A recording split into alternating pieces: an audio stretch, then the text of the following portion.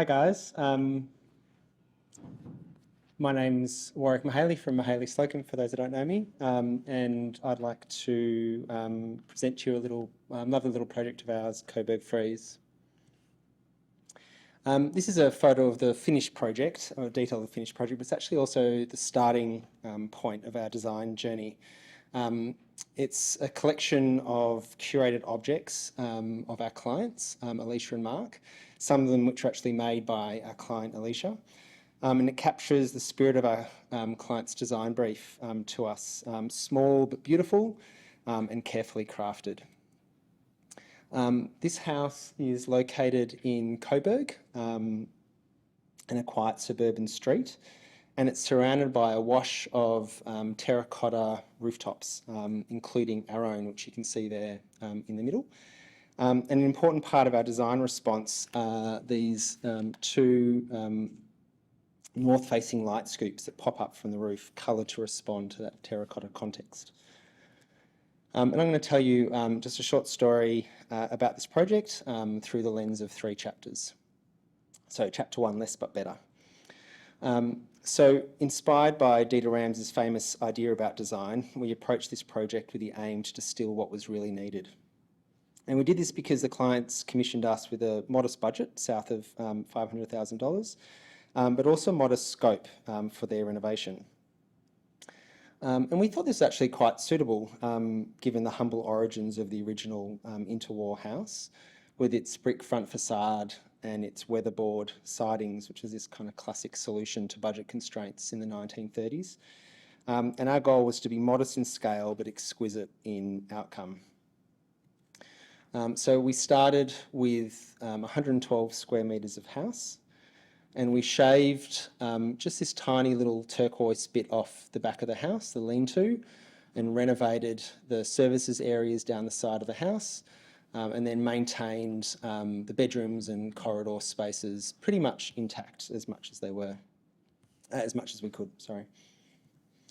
And once we were finished, we added this L-shaped extension onto the back and ended up with just 135 square metres of house for a family of 3, plus Yale the Labrador, if you'd like to count him. So I'll take you quickly through the layout of the house so you can orient yourself for future slides. So Queen Street in Coburg is to the east, north is up the page, enter through this kind of semi-side entry point through here, main bedroom for Alicia and Mark up the front, and then a second bedroom for Ted, their son. And then there's this third bedroom space which functions as a multi-purpose room, bedroom, study, spare or second living space, work from home space, and then a generous family bathroom, laundry and spare toilet, and then a kitchen, dining and living space that wrap around this outdoor room or terrace and deck, which is a really important space for this compact home. Which brings me to chapter 2, a tactical threshold. So the tactical threshold for us is like a really critical space for us, and it's this deck. It's not quite indoors, it's not quite outdoors. It's a composite space that is made up of the deck. It's green space that we bring really close up to the edge of the house. It's this really deep roof space that faces north and protects the windows. And it's the edges, the Coburg Frieze, the edges of the roof as well, that help us hide external blinds, which you can see poking out through here as well.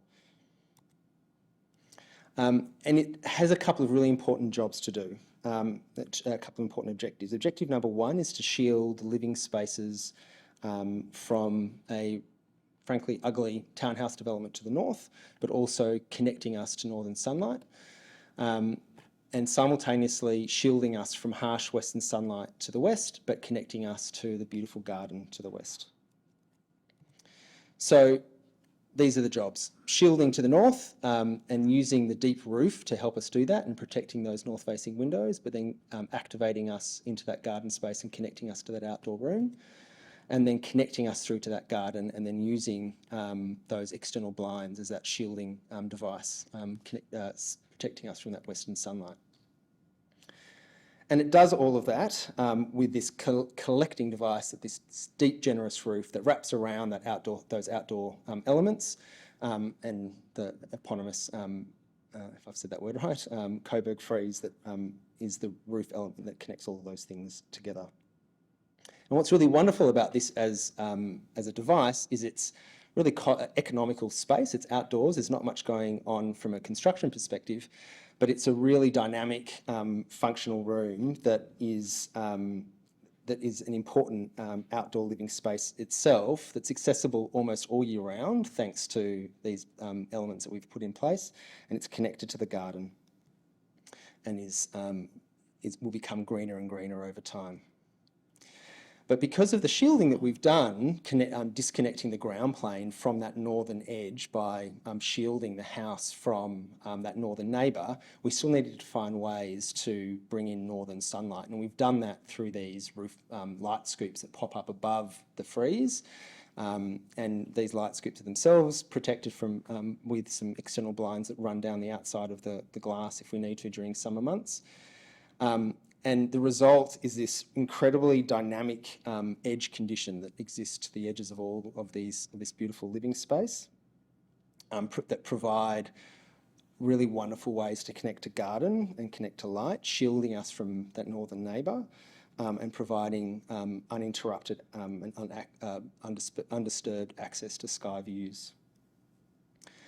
And so that brings me to the final chapter of the story, and that's a really close relationship we're able to develop with our clients, and really kind of remarkably wonderful clients on this project.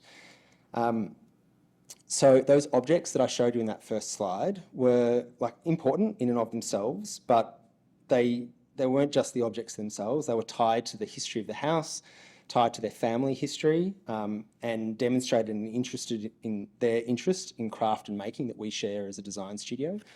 So things like this bench seat, which Alicia's dad made, a lot of the ceramics that Alicia herself makes. And so that found its way into our design journey through things like finding spaces around the house to house and display those objects. Thanks. And not just the things that they've made, but also collected over the years in their bedroom and study. Or things like reflecting the mint green, the original mint green weatherboards down the side of the house in the palette internally. Or listening to their story and in their sort of daily habits. So Ted, who is 10, he's quite partial to having a snack in the bath after school each day, and so we've fashioned a little brass and timber shelf for him to do that in the bath each afternoon, which I wish I had as a kid growing up. And then listening to that interesting craft and interrogating our own supply chain and finding ways to buy local as much as we possibly can in timbers, stone, tapware, lights, bricks, and so on. And the material choices, and the materials choices we've made. And so for such a small project, we think there are sort of many expressions of this idea of less but better, of a feeling of spaciousness and generosity, height, texture, and richness. And so now we're back where we started, celebrating the small moments in life and recognising how these bring joy to and richness to the rituals of Alicia and Mark's daily life.